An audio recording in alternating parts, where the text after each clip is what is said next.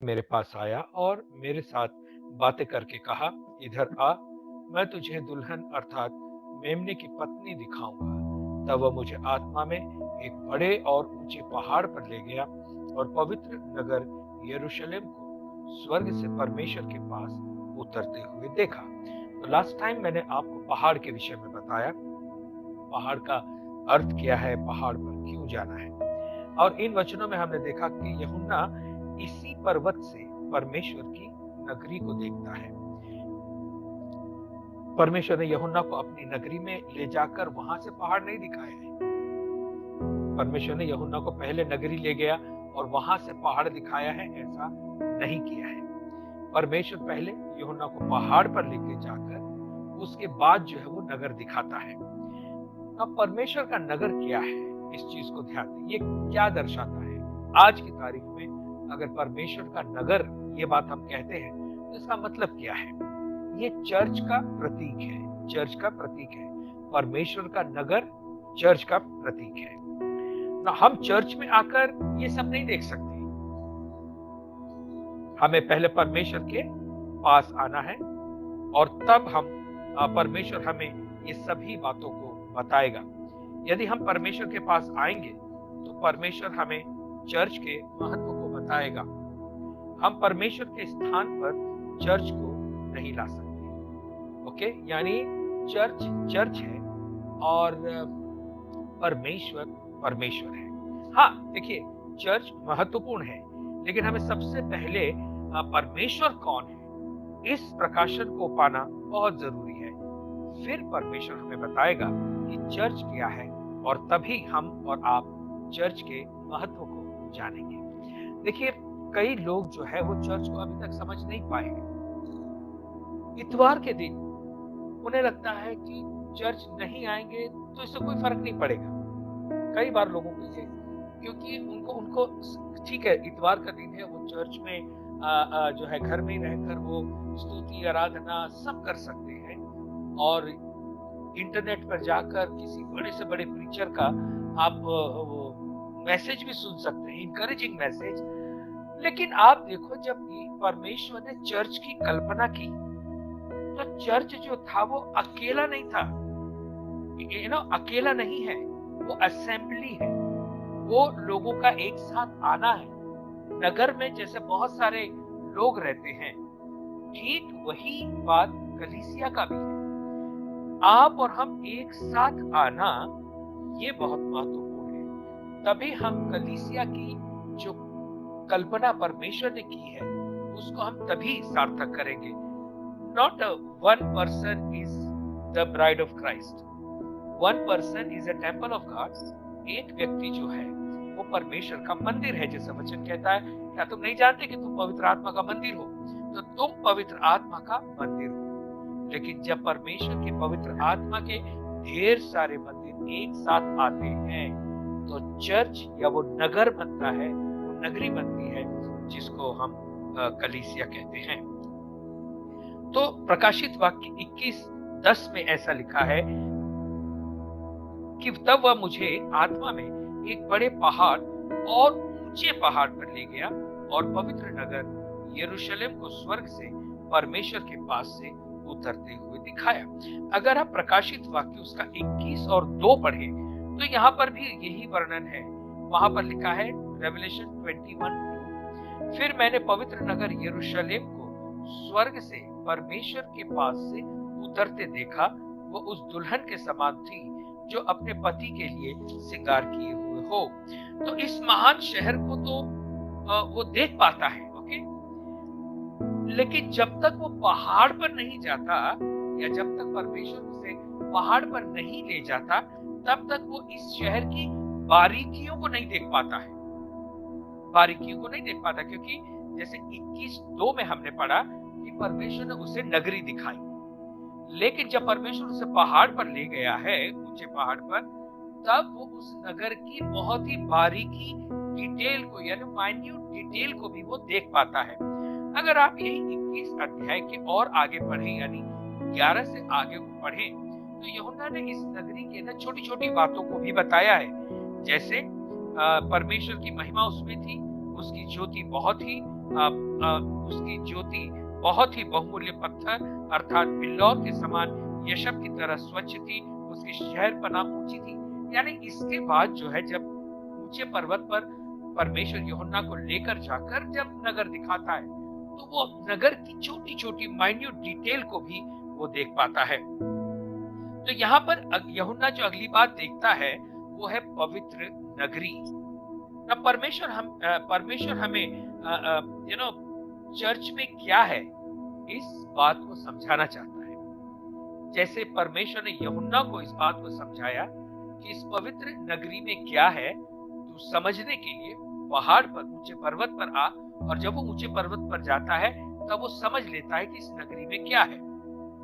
ठीक उसी तरीके से परमेश्वर हमें एक्चुअली चर्च में क्या है इसे समझाना चाहता है। चर्च के महत्व को आप तभी समझेंगे जब आप और हमें व्यक्तिगत रूप में ऊंचे पहाड़ या परमेश्वर के पर्वत पर जाएंगे। अगर हम परमेश्वर के पर्वत पर नहीं गए तो हम उस नगरी को नहीं समझ पाएंगे। यूहन्ना जब तक पहाड़ पर नहीं गया, पर्वत पर नहीं गया, इस पवित्र नगरी के डिटेल को नहीं समझ पाया। ठीक उसी तरह से कलीसिया जो पवित्र नगरी है, अगर मैं और आप परमेश्वर के पहाड़ पर जाते हैं और वहां पर जाते हैं, तभी हम परमेश्वर की कलीसिया क्या है उसके हर छोटे छोटे पहलू को समझ पाएंगे। और इसीलिए परमेश्वर हमें समझाना चाहता है कि चर्च क्या है, क्योंकि हमने देखा कि ये पवित्र नगरी उसकी कलीसिया है और उसकी दुल्हन है। जो नगरी उसे दिखाई गई, यानी जो नगरी यरूशलेम को दिखाई गई, वो नया यरूशलेम है, पवित्र नगरी। और हम देखेंगे कि अभी कि परमेश्वर सच में यूहन्ना को क्या दिखाना चाहता है, क्योंकि यूहन्ना ये स्पष्ट देख पाता है कि परमेश्वर के लोग और उसकी दुल्हन भी एक नगर है। नगर दुल्हन का निवास स्थान है। ये नगरी परमेश्वर के लोगों के रहने का स्थान है। सो नगरी क्या है? परमेश्वर का निवास स्थान और परमेश्वर के लोगों के रहने का निवास स्थान है। आइए एक वचन निकालेंगे, इब्रानियों की पत्री उसका 12वां अध्याय, इब्रानियों की पत्री उसका 12वां अध्याय 22 और 23 वचन, 22 और 23 वचन, इब्रानी 12, 22 और 23। इसमें ऐसा लिखा है, हिब्रूज चैप्टर 12, 22 एंड 23। पर तुम सियोन के पहाड़ के पास और जीविते परमेश्वर के नगर स्वर्गीय यरूशलेम के पास और लाखों स्वर्गदूतों और उन पहलौठों की साधारण सभा और कलीसिया जिनके नाम स्वर्ग में लिखे हुए हैं और सबके न्यायी परमेश्वर के पास और सिद्ध किए हुए धर्मियों की आत्माओं और उस नई वाचा के मध्यस्थ यीशु और छिड़काव के उस लहू के पास आए हो जो हाबिल के भी लहू से उत्तम बातें करता है। तो परमेश्वर की ये नगरी यहाँ पर लिखा है, इब्रानियों में कहता है कि परमेश्वर की ये नगरी जो है वो पहलोठों की सभा है, फर्स्ट बॉर्न की सभा है, अर्थात चर्च है। आप और हम जो परमेश्वर में प्रभु यीशु मसीह में हैं, यीशु मसीह फर्स्ट बॉर्न यानी पहलौठा है, और हम उसके साथ में हमें भी वो स्थान मिला है, यानी उसके साथ हम भी पहलौठे के साथ उस सिंहासन पे बिठाए गए हैं। अगर आपको याद होगा तो अब्राहम भी बेबीलोन से चलकर परमेश्वर के नगर में जाता है, जहां मिल्किसिदेक है वहां आता है। यानी अब्राहम जो है वो अपने पिता के घराने को छोड़कर वहां से निकलता है और एक और नगर में आता है, और ये जो नगर जहां वो आता है, मिल्किसिदेक नाम का एक व्यक्ति है जो राजा भी है और याजक भी है। अब्राहम उस नगर में आकर उससे मिलता है। आप देखिए, अब्राहम जो है अपने लोगों से, यानी ऐसे मनुष्यों के नगर से बाहर आता है जिन्होंने परमेश्वर के प्रति विद्रोह किया है। यानी अब्राहम जहां का था ना, वहां के लोग मूर्ति पूजक थे, और ऐसे लोग थे जिन्होंने जीवित परमेश्वर यहोवा का विरोध या विद्रोह किया। और अब्राहम उस नगर से निकलकर अब इस नगर में आता है जिसे परमेश्वर ही ने बनाया था। परमेश्वर ने अब्राहम से कहा ना, तू यहाँ से निकल, और उस नगर में जा या उस देश में जा जो मैं तुझे देने वाला हूँ, अर्थात जिसकी रचना करने वाला और जिसका बनाने वाला परमेश्वर है। और अब्राहम उसी दिशा में आता है। ठीक उसी प्रकार से आपकी और मेरी बुलाहट भी है। परमेश्वर हमें बुलाता है ताकि पाप से भरे हुए और पतन पाए इस संसार से हम निकले और यानी पापी मानव जाति से परमेश्वर हमें बाहर निकालता है और उन सभी बातों से परमेश्वर हमें बाहर निकालता है जिनका संबंध उस नगरी यानी बेबीलोन से है। ओके, तो ध्यान दें, प्रकाशित वाक्य में दो नगरों का जिक्र है। एक नगर है बेबीलोन और दूसरा है ये पवित्र नगरी। अब बेबीलोन आपको पता है बेबीलोन क्या है? ये मनुष्यों का अपना बनाया गया तरीका है। ये मनुष्यों की अपनी प्रयत्न है परमेश्वर तक पहुंचने के लिए। वो नगर है जहां पर परमेश्वर की बातों को महत्व न देकर मनुष्य की बातों को महत्व दिया जाता है। और इसीलिए ये जरूरी है कि हम पतन पाए बेबीलोन से बाहर आए, यानी पापी संसार से हम बाहर आए और हम अब पवित्र नगरी यानी यरूशलेम का भाग बने। वो यरूशलेम जो मसीह की दुल्हन है। ओके ना, एक चीज समझे, ये जो यरूशलेम है ना, ये पास्ट, प्रेजेंट और फ्यूचर तीनों है, यानी कि भूतकाल, वर्तमान काल और भविष्य काल। ना ये हमें कैसे पता चला है? आइए देखेंगे इब्रानियों की पत्री उसका 11वां अध्याय और 10वां वचन। Hebrew chapter 11 verse 10। इब्रानियों 11:10। यहाँ पर ऐसा लिखा है, क्योंकि वह उस स्थिर नींव वाले नगर की बाट जोता था जिसका रचने वाला और बनाने वाला परमेश्वर है। ना ध्यान देना, अब्राहम उस नगर की बाट जोता था, यानी वेट कर रहा था कि वो नगर जिसका बनाने और रचने वाला परमेश्वर है। तो ये जो बाट जोता था यानी कि फ्यूचर, भविष्य में वो नगर को देखेगा। तो अब आप ध्यान देना, परमेश्वर की ये नगरी जो है वो भविष्य की बात हुई। तो अब्राहम इस नगर को आते हुए देखता है, अर्थात वो भविष्य में देखता है, फ्यूचर में देखता है। अब आइए देखेंगे इब्रानियों 11:16। हिब्रूज चैप्टर 11 वर्स 16 में ऐसा लिखा है, पर वे एक उत्तम अर्थात स्वर्गीय देश के अभिलाषी हैं। इसी के लिए परमेश्वर उनका परमेश्वर कहलाने में उनसे नहीं लजाता, क्योंकि उसने उनके लिए एक नगर तैयार किया है। ओके, अब ध्यान देना, अब्राहम जो है उस नगरी की ओर देख रहा था जो फ्यूचर में है, यही यरूशलेम नगरी। और यहाँ 16वें वचन में कहता है कि परमेश्वर ने उस नगर को पहले से ही तैयार कर दिया है। बट ये भूतकाल की यानी पास्ट की बात हो गई कि जो परमेश्वर के द्वारा पहले ही तैयार की जा चुकी है। ओके, तो हमने यहाँ पर दोनों वचनों में यानी इब्रानियों 11 अध्याय के 10वें वचन और 16वें वचन में हमने ये देखा कि ये जो नगरी है ये फ्यूचर की बात है और जो हो गई है यानी ऑलरेडी बना दी गई है वो बात है। आइए आप देखेंगे इब्रानियों उसका 12वां अध्याय 22 और 23। फिर से इब्रानियों 12, 22 और 23।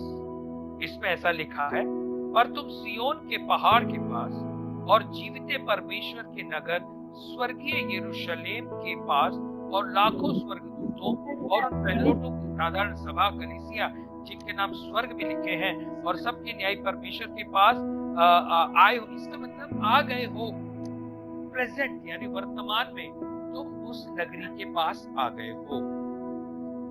याद रहे, इब्रानियों की पुस्तक लिखने वाले ने प्रकाशित वाक्य की ये पुस्तक को नहीं पढ़ा था, सभी ध्यान दें।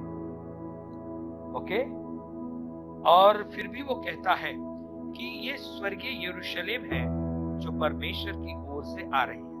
तो अब मैं आपको जो बताना चाहता हूँ, दो नगर हैं, दो नगरी हैं, एक बेबीलोन है दूसरा स्वर्गीय यरूशलेम है। बेबीलोन जो मनुष्यों के द्वारा बनाई गई पाप में डूबी हुई नगरी, परमेश्वर उसको नाश करेगा, लेकिन जो पवित्र नगरी यरूशलेम है, परमेश्वर ने आपको और मुझे उस बेबीलोन से निकालकर उसकी पवित्र नगरी का नागरिक बनाया है, या उसमें हमें जगह दी है ना। ये जो यरूशलेम पवित्र नगरी है, ये बनाई जा चुकी है, ये बना आने वाली है, और दूसरा हम इसमें हैं। यानी ये जो नगरी है, ये भूतकाल, वर्तमान काल और भविष्य काल तीनों की बात है ना। यहाँ पर हमने देखा, तो मैं आपको ये बता रहा था कि इब्रानियों का लिखने वाला, उसने प्रकाशित वाक्य की पुस्तक नहीं पढ़ी थी, या वो नहीं जानता था कि प्रकाशित वाक्य की पुस्तक में क्या है। सभी चेले भी इस बात को जानते थे, और हमें भी ये जानना है कि ये नगरी जो है वो पहलोठों की नगरी है। अब मैं आपको बता दूं, ये नगरी किसकी है? पहलोठों की।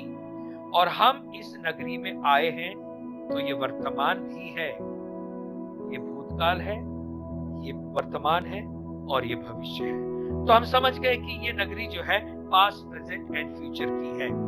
ये अपनी परिपूर्णता में अभी तक नहीं आई है, लेकिन फिर भी हम इसके आत्मिक रूप में पवित्र आत्मा द्वारा इसी समय आ सकते हैं।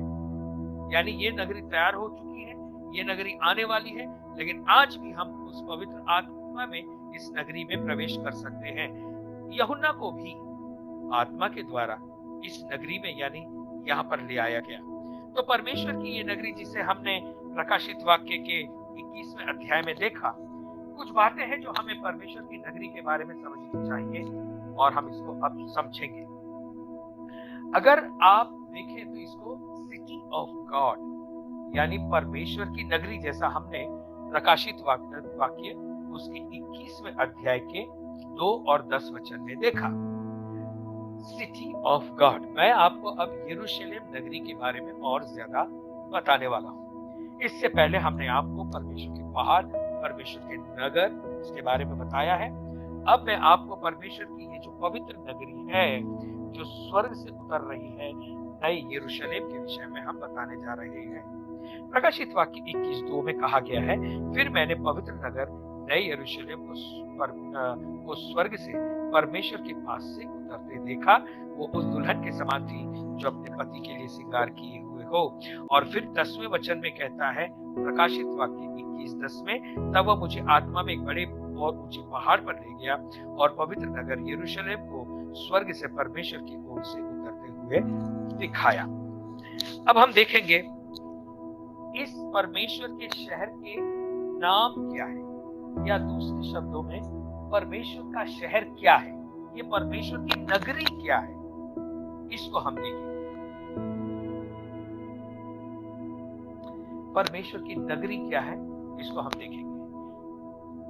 What is city of God? परमेश्वर की नगरी क्या है? और हमने इसका संदर्भ लिया है प्रकाशित वाक्य 21:2 से और 21:10। पहला लिखे नाम, परमेश्वर के शहर। परमेश्वर का शहर क्या है? पहला लिखे नाम। नाम। और मेरे साथ निकाले दानियल की पुस्तक, उसका 9वां अध्याय और 18वां वचन। दानियल की पुस्तक 9वां अध्याय और 18वां वचन। परमेश्वर का नगर क्या है? नंबर 1 नाम। उसके आगे लिखें दानियल 9वां अध्याय और 18 वचन। First is name and reference is Daniel chapter 9 verse 18। यहाँ पर ऐसा लिखा है, हे मेरे परमेश्वर, कान लगाकर सुन, आंखें खोलकर हमारी उजड़ी हुई दशा और उस नगर को भी देख जो तेरा कहलाता है, क्योंकि हम जो तेरे सामने गिड़गिड़ाकर प्रार्थना करते हैं वो अपने धर्म के कामों पर नहीं, वरन तेरी बड़ी दया ही के कामों पर भरोसा करते हैं। ये परमेश्वर की वो नगरी है जिसने परमेश्वर का नाम पाया है। ये परमेश्वर की नगरी है। अब यहाँ पर लिखा है कि उजड़ी हुई दशा है। देखिए, इस नगरी की हालत कैसी है? उजड़ी हुई दशा, जो तेरा कहलाते यानी परमेश्वर का नगर कहलाता है, वो उजड़ी हुई दशा में पड़ा हुआ है। और यहाँ पर दानियल जो है वो उसके लिए प्रार्थना करता है ना। परमेश्वर की नगरी का जो नाम है ना, उसको शांति की नगरी, और दूसरा यरूशलेम है ना, स्वर्गीय यरूशलेम ऐसा भी कहा गया है। दानियल की पुस्तक में हमने देखा ये नगरी पूरी दुर्दशा में है, और दानियल प्रार्थना करता है और कहता है, देख हम जो तेरे कहलाते हैं, तेरे सामने गिड़गिड़ाकर प्रार्थना करते हैं, तेरी दया ही के कामों पर भरोसा रखकर हम प्रार्थना करते हैं। तो यहाँ पर दानियल की पुस्तक में इस यरूशलेम के लिए गिड़गिड़ाकर प्रार्थना, ऐसे यरूशलेम के लिए जहां पर कोई शांति नहीं है। लेकिन यरूशलेम जो है, ये जो परमेश्वर की नगरी है, इसको जो है शांति की नगरी कहा गया है और स्वर्गीय यरूशलेम कहा गया है ना। देखिए, जहां भी परमेश्वर अपने नाम को देता है ना, इसका मतलब ये है कि वो चीज परमेश्वर की है। जिस चीज को परमेश्वर ने नाम दिया है, या जिस चीज को परमेश्वर ने अपना नाम दिया है, वो चीज परमेश्वर की है। दूसरे शब्दों में वो चीज परमेश्वर की कहलाती है। दानियल की पुस्तक 9:18 में देखिए, परमेश्वर वहां है।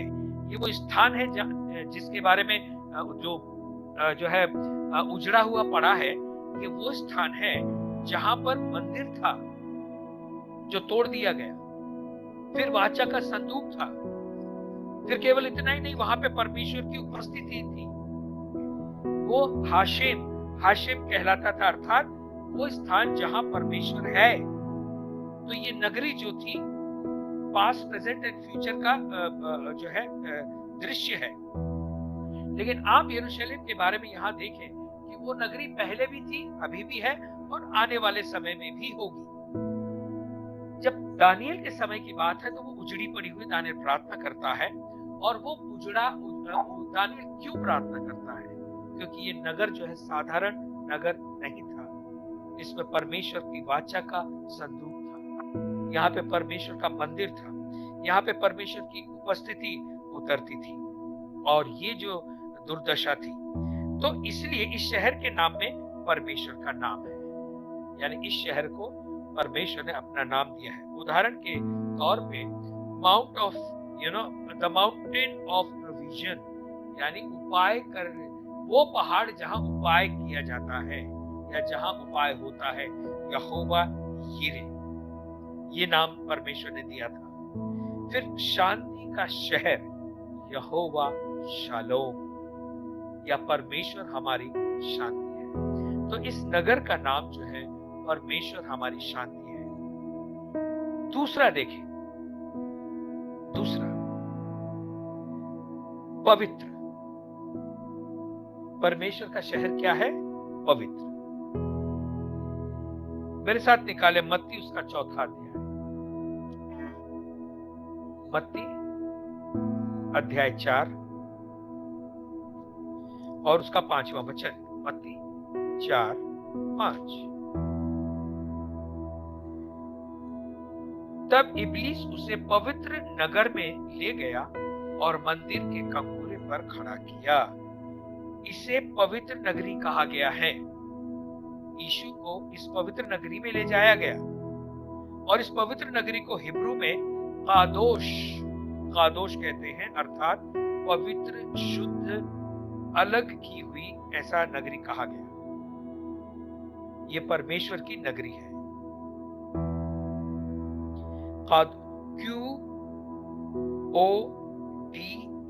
QODESH, क्वाडोश, हिंदी में उसको क्वादोश कहते हैं।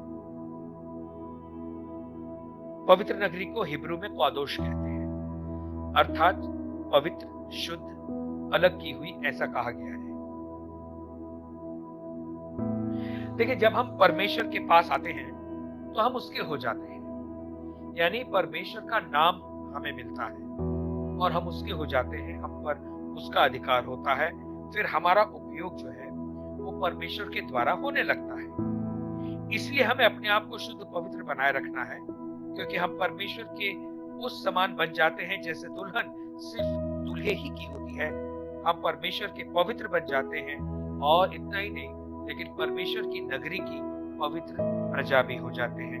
तो हमने देखा ये नगरी क्या है, पहला इसका नाम, और इसके लिए हम निकालेंगे इब्रानियों की पत्री उसका 7वां अध्याय और 21वां वचन। इब्रानियों की पत्री उसका 7वां अध्याय और पहला और दूसरा, क्षमा करें, इब्रानियों की पत्री उसका 7वां अध्याय 1 और 2 वचन। यहाँ पे लाइट चली गई है और इसीलिए थोड़ा सा आप लोग, अगर मैं नहीं भी दिखूं तो आप टेंशन नहीं लेना, लेकिन हम कंटिन्यू करेंगे क्योंकि इंटरनेट चालू है, तो ये बहुत अच्छी बात है। तीसरा हमने, ये नगरी क्या है, पीस यानी शांति।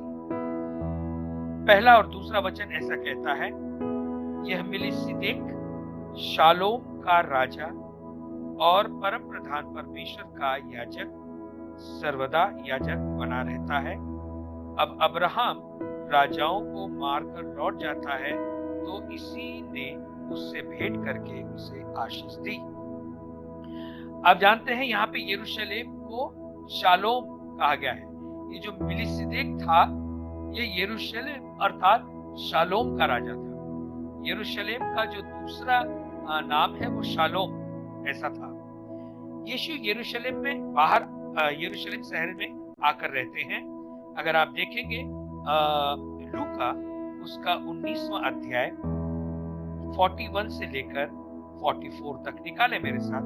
लूका उसका 19वां अध्याय, लूका 19वां अध्याय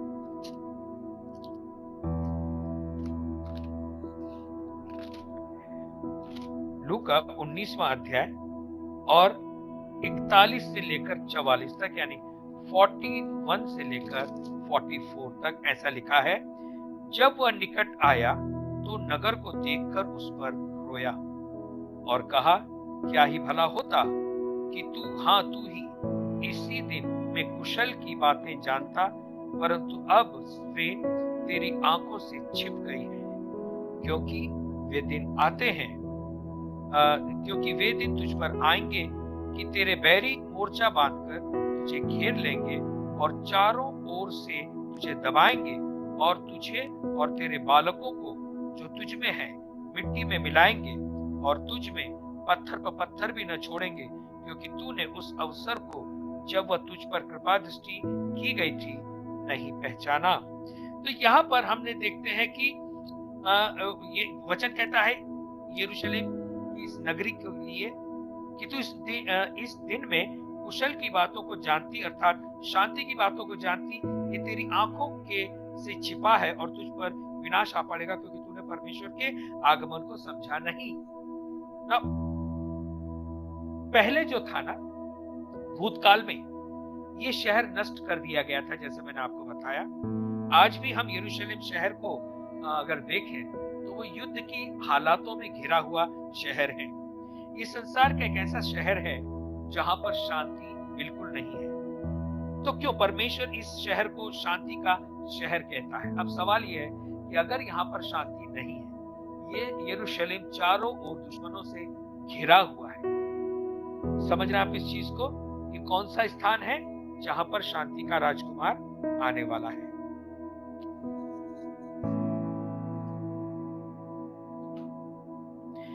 तो जब परमेश्वर का वचन हमें यरूशलेम की शांति के लिए प्रार्थना करने को कहता है, तो इसका मतलब ये नहीं है कि यरूशलेम पर कोई आतंकी हमला ना हो या फिर वहां के लोग कुशल से खुशी से रहें, ऐसा नहीं है।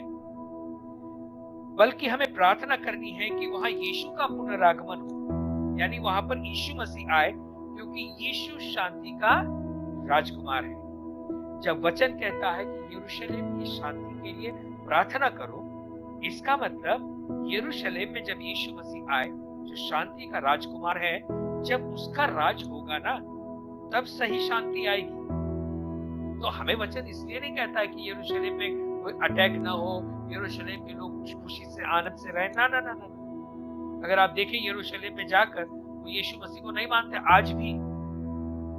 ओके, तो इसका मतलब आप और मैं समझ लें, जब वचन कहता है कि यरूशलेम की शांति के लिए प्रार्थना करो, तो वो शांति तब तक नहीं आएगी, यानी ये जब तक यीशु मसीह न आए। जब यीशु मसीह आएगा तो यरूशलेम में सच्ची और पूरी शांति स्थापित हो जाएगी। यीशु के आगमन के बाद पृथ्वी पर शांति आ जाएगी, इसलिए इसे शांति का नगर भी कहा गया है। ओके, इब्रानियों 7:1 और 2 में हमने देखा। क्यों? क्योंकि ये वो शहर है जहां का राजा मिलिकिसिदेक, जो मिलिकिसिदेक अर्थात धर्मी राजा, मिलिकिसिदेक के नाम का अर्थ है धर्मी राजा और शांति का राजा। मिलिकिसिदेक के नाम का अर्थ धर्मी राजा और शांति का राजा ये रह चुका है, और उसने यरूशलेम पर राज कर चुका है, यानी शांति के राजा का पहले राज मिलिकिसिदेक के रूप में हो चुका है ना। मिलिकिसिदेक जो था वो यीशु मसीह को दर्शाता है। जिस तरह से यीशु मसीह राजा भी है, याजक भी है, मिलिकिसिदेक राजा भी था और याजक भी था। तो केवल प्रभु यीशु मसीह ही इस संसार में हमें शांति दे सकते हैं। इसलिए यीशु यरूशलेम को देखकर विलाप करते हैं यहाँ लूका में, क्योंकि उन्होंने यीशु मसीह को स्वीकार नहीं किया। ये नगरी उजाड़ पड़ी है, और ये सारी बातें जो है वहां पर यीशु मसीह कहते हैं कि तुझ पर इतने विपत्ति के दिन आने वाले हैं, इतने भारी दिन आने वाले हैं, दुश्मन इतने बुरे तरीके से तुझ पर आक्रमण करेंगे, तुझे घेर लेंगे और मिट्टी में मिला देंगे। लेकिन वो तब कैसे क्यों होगा? क्योंकि तूने, जो शांति का राजकुमार आया है, उसे तूने स्वीकार नहीं किया है। नंबर 4, स्वर्ग या ऊपर ऊंची नगरी, जिसको स्वर्गीय नगरी या ऊपर से उतरी हुई नगरी ऐसा भी कहा गया है। तो हम देख रहे हैं कि परमेश्वर का नगर क्या है। हमने देखा उसके नाम के बारे में, फिर हमने देखा कि वो पवित्र है। नंबर 3, हमने देखा कि वो शांति का प्रतीक है। नंबर 4, ये स्वर्गीय है। दूसरे शब्दों में ये ऊपर से उतरी है, स्वर्गीय है और ऊपर से उतरी है। स्वर्गीय है और ऊपर से उतरी है।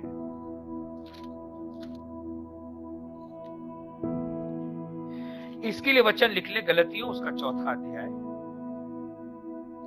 गलतियों 4 अध्याय 4, 25 से और 26 वचन।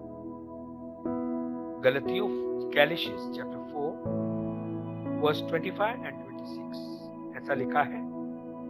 और हाजिरा मानो अरब का सीने पहाड़ है, और आधुनिक यरूशलेम उसके तुल्य है, क्योंकि वह अपने बालकों समेत दासत्व में है, पर ऊपर की यरूशलेम स्वतंत्र है और हमारी माता है। यहाँ पे लिखा है ऊपर की यरूशलेम, यानी अबव। ये ऊपर से उतरी हुई नगरी, ये स्वर्गीय है। आज मानव जाति अपने निर्माण कार्य नीचे से ऊपर की ओर करती है ना। हम जो भी बनाते हैं वो हम नीचे से ऊपर की ओर बनाते हैं। अगर आप उत्पत्ति उसके 11वें अध्याय के 4 वचन को देखें तो वहां पर भी मनुष्यों ने निर्माण किया था, मीनार बनाई। तो कैसे बनाई? नीचे से, जमीन से बनाते बनाते बनाते वो ऊपर की ओर गए। वो सोचते हैं कि ऐसा करने से, यानी नीचे से ऊपर ऊपर ऊपर बनाने से हम शांति पालेंगे, लेकिन ऐसा नहीं है। परमेश्वर की शांति नीचे से ऊपर नहीं आती है, बल्कि ऊपर से नीचे आती है। समझ रहे हैं? परमेश्वर की शांति मनुष्य अगर लाने की कोशिश करेगा तो अपने तरीके से निर्माण करते करते करते करते लाएगा, और ये झूठी शांति है। लेकिन सच्ची शांति का निर्माण कैसे होगा? ऊपर से नीचे की ओर होगा। पवित्र आत्मा भी आप देखिए ऊपर से कलीसिया पे उतरा है ना, प्रेरितों के काम उसके 2 अध्याय में अगर हम देखते हैं, पेंटेकोस्ट के दिन पवित्र आत्मा ऊपर से नीचे उतरा। गलतिया के लोग जो है नियम और कानून से बंधे हुए लोग थे। ये गलतियों की जो कलीसिया थी ना, ये वो यहूदी धर्म के रीति रिवाजों का पालन करने वाली कलीसिया थी, और पौलुस को उन्हें लिखना पड़ा कि हे निर्बुद्धि गलतियों, तुम्हें किसने मोह लिया है। गलतियों 3:1 में अगर आप देखें लिखा है कि तुम ऐसे सिद्धांतों की ओर चले गए हो जो परमेश्वर की धार्मिकता को नहीं ला सकते। परमेश्वर की धार्मिकता तो विश्वास के द्वारा है। और गलतियों 4:25-26 में यहाँ पर पौलुस दो पहाड़ों की बात करता है और दो शहरों की बात करता है। लेकिन अजीब बात है कि वो कहता है कि वर्तमान का शहर यरूशलेम वो दुल्हन में है, और वो कहता हाजिरा जो है वो अरब सीने का पहाड़ है। अर्थात यहूदियों के मंदिर के नियम परंपराएं हमें उद्धार नहीं दिला सकती। क्यों? क्योंकि वो सीने पर्वत है जहां से वाचा आई थी। हाजिरा जो कि क्या कहते हैं, दासी थी। हाजिरा जो है वो दासी थी। वो जो सारा थी वो प्रॉमिस, उसके द्वारा जो है प्रतिज्ञा की संतान आने वाली थी, हाजिरा के द्वारा नहीं। हाजिरा जो थी वो मनुष्य का प्रयत्न था परमेश्वर की इच्छा पूरा करने का। ओके, आप समझ रहे जो मैं बता रहा हूं? तो यहाँ पर ये पौलुस गलातियों के लोगों को ये बताने की कोशिश कर रहा है कि जो यहूदियों के मंदिर के नियम, रीति रिवाज, परंपराएं ये हमें उद्धार नहीं दिला सकती। जो नियम रिवाज हैं ये मानो हाजिरा मानो अरब सीने का पहाड़ है। इसका मतलब वो पहाड़ है जहां पर परमेश्वर ने मूसा को वाचा दी थी। लेकिन यरूशलेम जो स्वतंत्र है वो इसलिए क्योंकि यीशु ने बलिदान की उस रिवाज जो यहूदियों के मंदिर में नियम और व्यवस्था के आधार पर जानवरों का होता था, प्रभु यीशु मसीह ने अपना बलिदान खुद देकर यहूदियों की उस बलिदान की रीति को पूरा किया है। यीशु बलिदान के पुराने रिवाज का अंत है। पुराना रिवाज जो बलिदान का था, यीशु मसीह ने अपना बलिदान देकर उस पुराने रिवाज को अंत कर दिया। यानी यीशु मसीह का जो बलिदान है वो अंतिम बलिदान है। इब्रानियों 10वां अध्याय 11 और 12 वचन देखेंगे। इब्रानियों 10वां अध्याय, Hebrews chapter 10 verse 11 and 12। यहाँ पे लिखा है, हर एक याजक तो खड़े होकर प्रतिदिन सेवा करता है और एक ही प्रकार के बलिदान को जो पापों को कभी भी दूर नहीं कर सकते बार बार चढ़ाता है। परंतु वह व्यक्ति तो पापों के बदले एक ही बलिदान सर्वदा के लिए चढ़ाकर परमेश्वर के दाहिने जा बैठा। इसीलिए हम कह सकते हैं कि प्रभु यीशु मसीह व्यवस्था का अंत है, क्योंकि उसने अपने बलिदान के द्वारा मूसा की जो व्यवस्था थी उसको पूरा किया है। तो गलतियों के लोगों के लिए ये पौलुस जो है वो लिखता है कि देखो तुम गलत पहाड़ की ओर जा रहे हो। अगर कोई कलीसिया रीति रिवाज व्यवस्था का पालन फिर से करना शुरू करे जिससे यीशु मसीह ने बलिदान देकर छुड़ाया है, अगर फिर से हम उसी में आए, इसका मतलब ये हुआ कि हम हाजिरा और उस सीने पर्वत की ओर वापस जा रहे हैं, यानी गलत नगरी की ओर जा रहे हैं। लेकिन ऊपर से आने वाली यरूशलेम जो है ना, वो व्यवस्था से आजाद है, स्वतंत्र है। वो सारा है जिसने प्रतिज्ञा की हुई संतान को पाया है।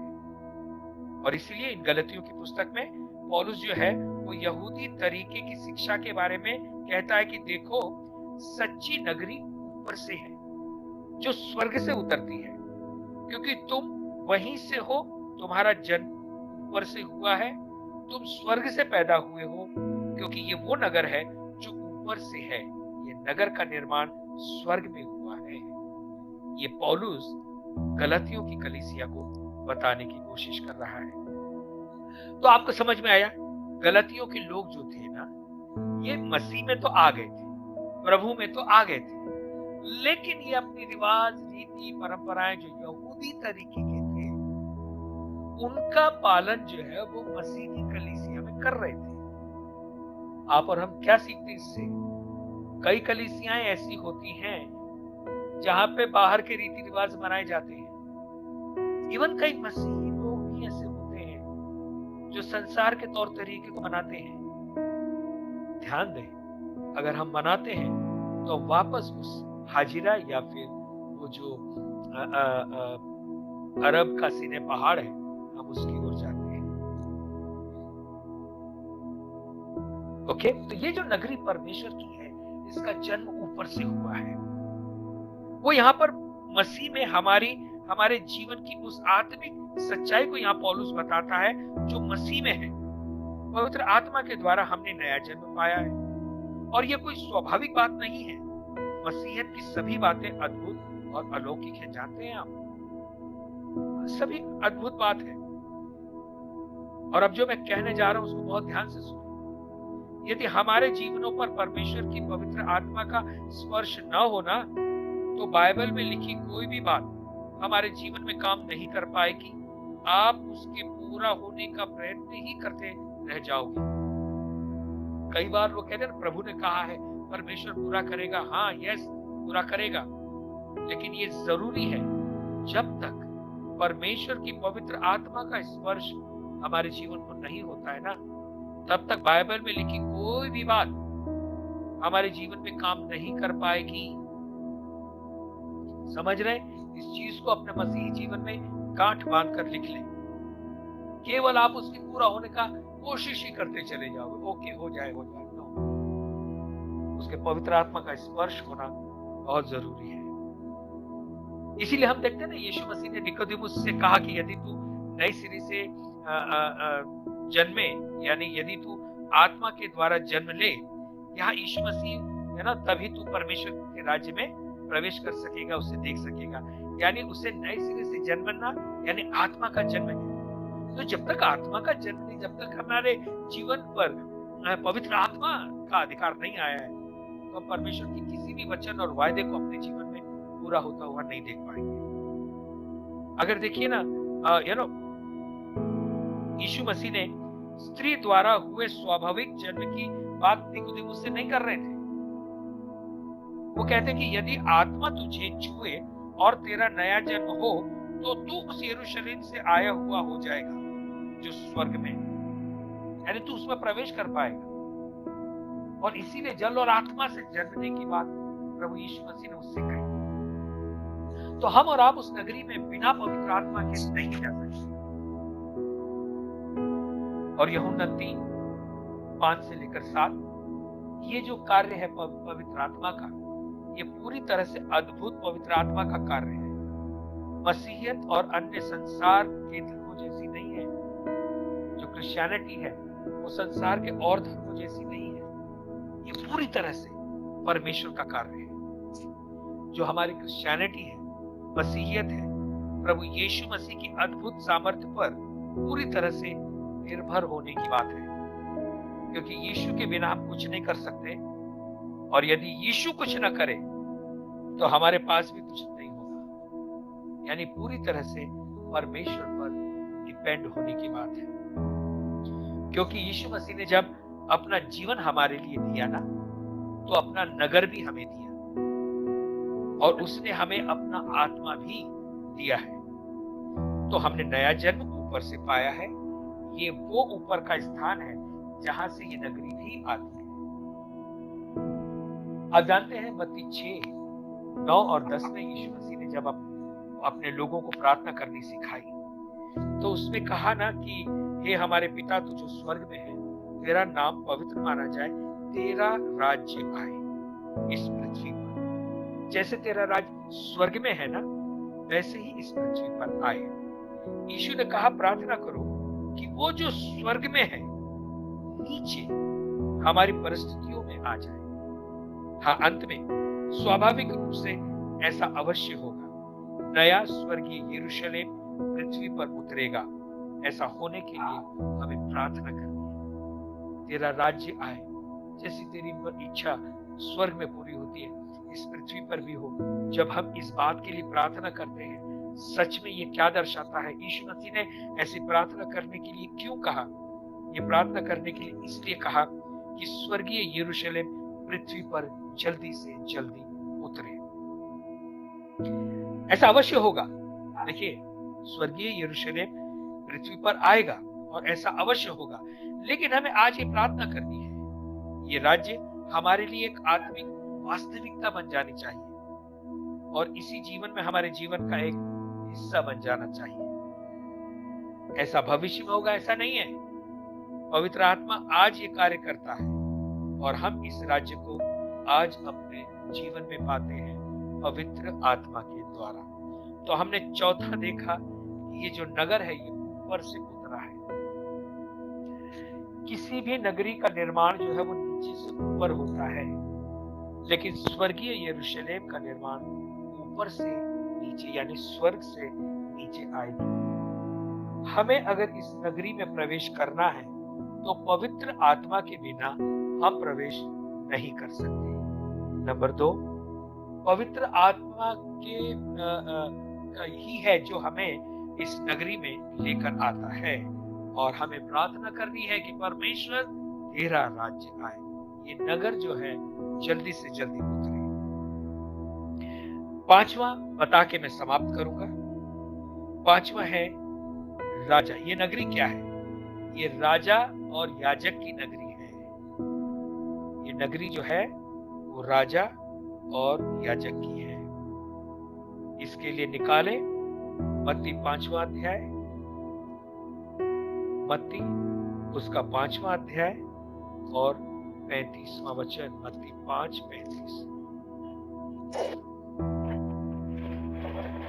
5:35 ऐसा लिखा है, न धरती की क्योंकि वह उसके पांवों की चौकी है, न यरूशलेम की क्योंकि वह महाराजा का नगर है। यरूशलेम नगर किसका नगर है? महाराजा, यानी यरूशलेम महान राजा का शहर कहलाया। लेकिन उसी के साथ यरूशलेम महायाजक का भी शहर कहलाया।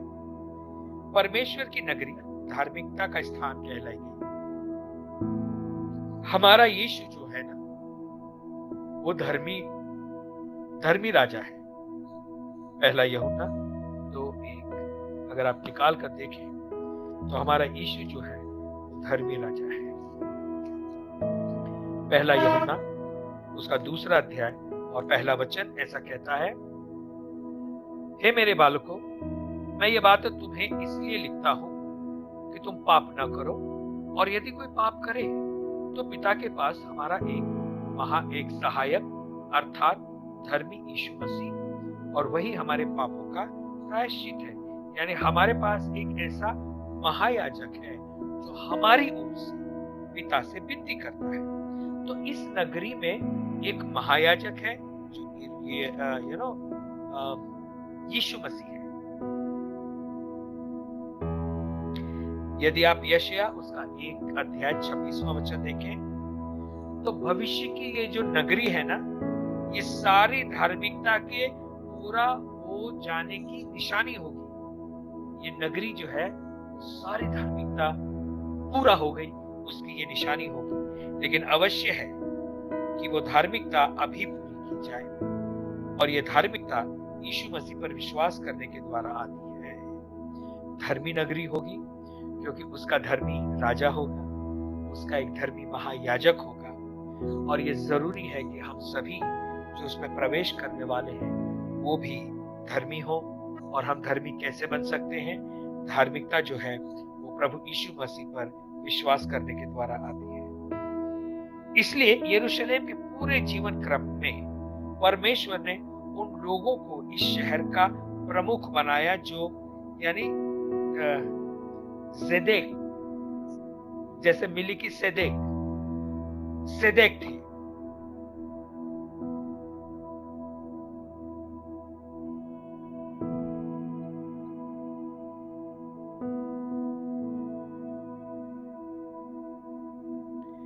ज़ेदेक इसका मतलब होता है सिटी ऑफ राइचियस, यानी धर्मी लोगों का नगर, सिटी ऑफ राइचियस।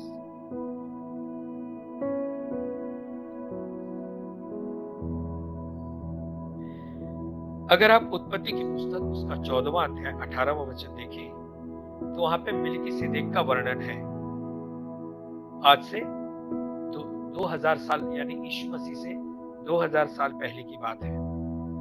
मिल्कीसेदेक जो था ये राजा था जो शालेम का राजा था, शालेम का राजा। ओके, और शालेम जो शहर था वो यरूशलेम का नाम है, यानी यरूशलेम का पहला नाम यानी यीशु मसीह से 2000 साल पहले जो नाम था वो शालेम था। इसको आप देख सकते हैं उत्पत्ति 14वां अध्याय 18वें वचन में यरूशलेम का पुराना नाम दिया गया है।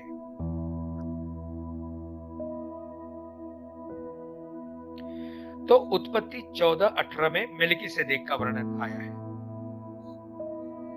यहोशू 10:1 में देखें, यहोशू उसका 10वां अध्याय और पहला वचन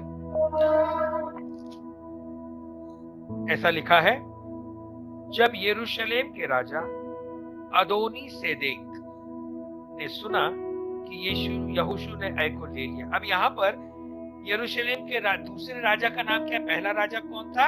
मिल्कीसेदेक। दूसरा राजा अदोनी सेदेक। अब सेदेक को ध्यान दें, पहले के नाम में भी सेदेक था। सेदेक का अर्थ जो है मैंने आपको बताया, मिल्कीसेदेक वो कहां का राजा था? शालेम का राजा।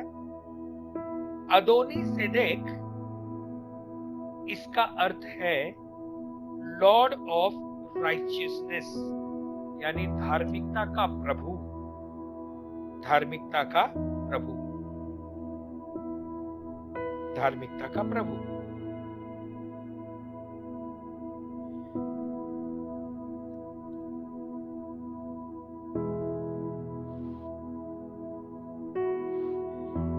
Lord of righteousness. अब okay, Adoni Zedek was a king of यरूशलेम का वो राजा था, अदोनी सेदेक।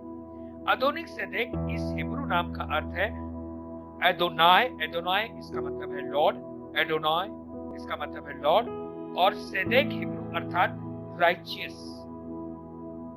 राइचियस, तो सेदेक का मतलब है राइचियस, धर्मी। एडोनाय का मतलब है प्रभु। तो हमने देखा यरूशलेम पर ऐसे लोगों ने राज्य किया जो धर्मी थे या जिन्होंने स्वयं को धर्मी कहा।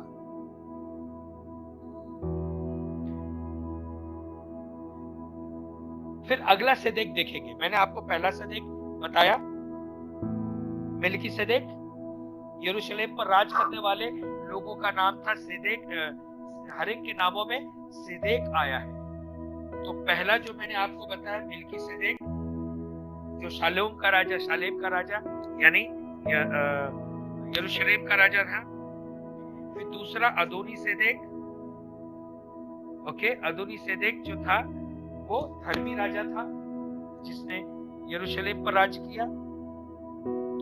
तीसरा हम देखेंगे दूसरा शमूएल 15वां अध्याय 25वां वचन। दूसरा शमूएल 15वां अध्याय 25वां वचन। दूसरा शमूएल 15:25, सेकंड शमूएल 15:25।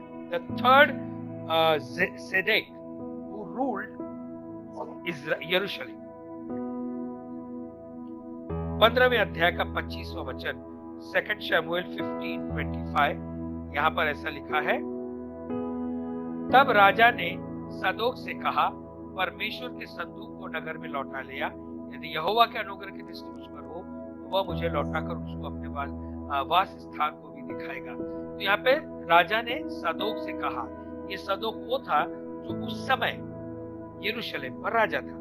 तो 3 राजा के बारे में हमने देखा जो सदेक, जिनके नामों में सदेक या सदोक है।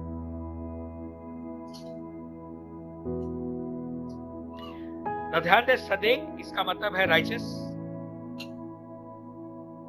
धर्मी। यानी यरूशलेम पर जितने लोगों ने राज किया उनके नाम में धर्मी ये शब्द था। तो यहाँ पे सदोक के नाम को हम देखते हैं दूसरा शमूएल 15:25। यहोशू के 500 साल बाद में दाऊद के समय एक महायाजक था जिसका नाम सदेक अर्थात राइचियसनेस था, यानी ये जो व्यक्ति है ये महायाजक था यरूशलेम, और दाऊद के रूप में अब एक धर्मी राजा यरूशलेम पर राज्य कर रहा था, और उसके साथ सदेक नाम का महायाजक भी था। अब आप कहेंगे कि दाऊद ने भी यरूशलेम पर राज किया, लेकिन उसके नाम में सदेक नहीं था। लेकिन ध्यान दें, दाऊद जब राजा था ना, तो ये जो सदेक था ना, जिसके बारे में देखा, ये उस यरूशलेम का महायाजक था। यानी सदेक नाम जो है वो यरूशलेम से जुड़ा रहा।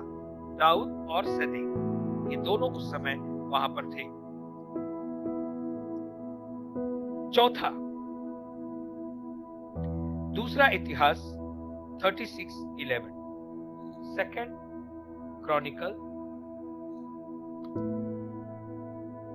36:11। 36:11 में ऐसा लिखा है, जब सिदकिय्याह राज्य करने लगा तब वो 21 वर्ष का था। सिदकिय्याह, उसमें भी सदेक है। सिदकिय्याह जो था वो 500 साल पहले यीशु मसीह से पहले आया। ओके,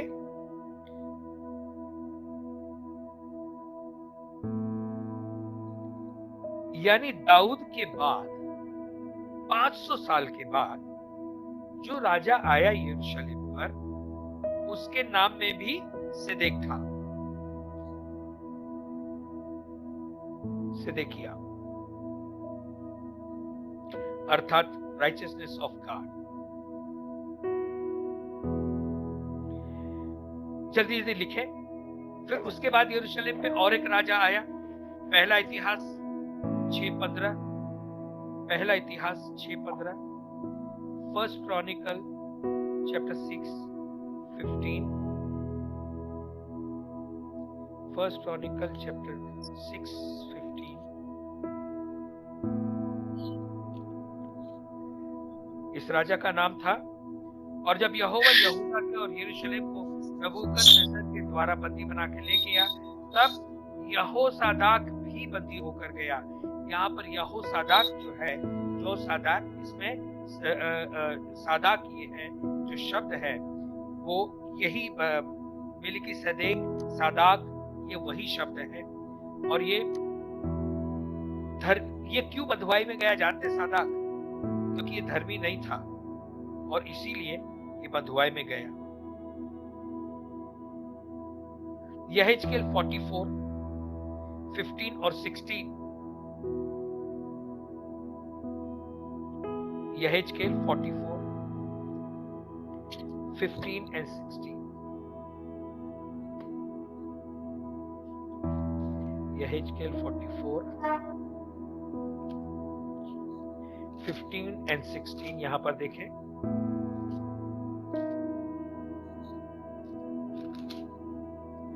फिर लेवीय याजक जो सादोक की संतान है, यहां पर भी जो सादोक की संतान है उनका वर्णन आया है। यहेजकेल ने भविष्यवाणी की कि वे जो सादोक की संतान है, जो सच्चे धर्मी हैं, वो बंधुआई से बाहर आएंगे और पुनर्स्थापित किए जाएंगे। तो ये जो सादोक की संतान होंगे वो अपनी विरासत को बनाएंगे, यानी वो यरूशलेम को बनाएंगे। इज़रा 7:1 और 2 में लिखा है, सन ऑफ सदोक, यानी सदोक की संतान।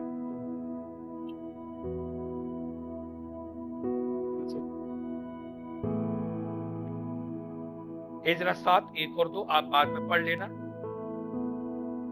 ये सदोक की संतान को वापस लाता है। और इस घटना के, यानी इज़रा की इस घटना के 500 साल के बाद यीशु मसीह आते हैं, लेकिन सदोक की संतान जो है वो उनका विरोध करते हैं।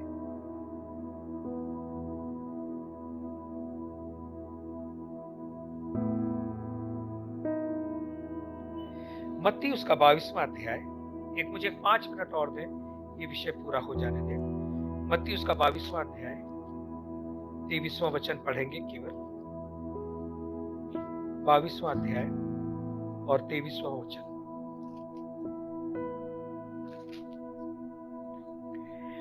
उस दिन सदूकी जो कहते हैं कि मरे हुओं का पुनरुत्थान है ही नहीं, उनके पास आया और उससे पूछा, हे गुरु मूसा ने, यानी यहाँ पे जो सदोकी लोग हैं, सदूकी, सदोकी, सदोकी, ये जो नाम है, ये जेडेक, सदो है ना, सेदेक, इसी नाम का समय के अनुसार प्रोनाउंसिएशन बदलता हुआ आया।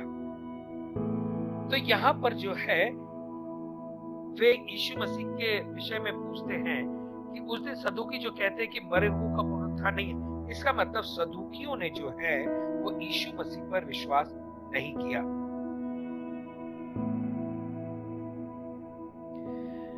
उसके बाद 500 साल अब हो गए हमें, मार्टिन लूथर के द्वारा ये क्रांतिकारी प्रकाशन मिला कि परमेश्वर की धार्मिकता विश्वास के द्वारा आती है। इससे पहले सदेक, सदोक है ना, सिदेक, ये परमेश्वर की धार्मिकता को दर्शाते थे, लेकिन यीशु मसीह के आने के बाद यही जो सिदेक है, ये रोमियो 3:22 के आधार पर हमें इसकी सही परिभाषा मिली, और वो ये था कि जो धार्मिकता है, सिदेक यानी धार्मिकता, वो यानी रीति रिवाजों से नहीं आती, लेकिन परमेश्वर के ऊपर विश्वास करने से आती है। हम यहीं रुक जाएंगे। ओके, अगले शुक्रवार को हम इससे आगे बढ़ेंगे।